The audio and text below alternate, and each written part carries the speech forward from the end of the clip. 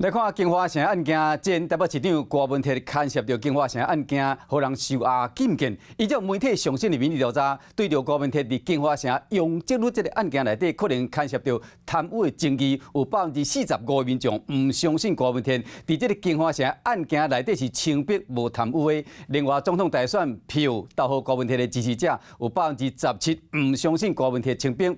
检方今仔日呢第3摆招提前台北市副市长裴金星，这动作遮济，未输是有意要赶伫2个月受害期满前结案。检验继续侦办金华城案，今仔日早起3度照提前台北市副市长裴金星，伊共款双手上铐用外套按条咧，今日北检证实。先生，要不要讲一下金华城的事情？前一天顶月开发的前董事长朱阿虎，搁在防约谈，除了放假日，检方逐天拢有动作。加上进前都委会委员黄大成帮证明，嘛用证人的身份配合调查。检方敢若有意思，赶伫咧2个月羁押期限前，甲案件终结。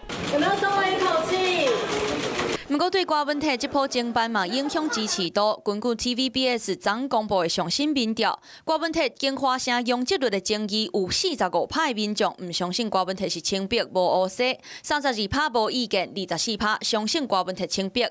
若总统大选等候郭文铁的草案有69%相信郭文铁金华城案的清白，有17%唔相信。若民众党的支持度全嘛放落来，冲破10%，跋到剩9%尔。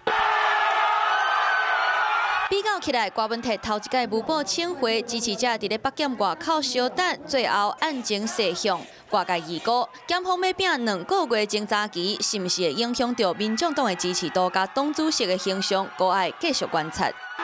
Hello， 我是林明瑞，想要抢先掌握最及时的新闻资讯吗？赶快订阅、按赞、开启小铃铛，锁定我们华视新闻的 YouTube 频道。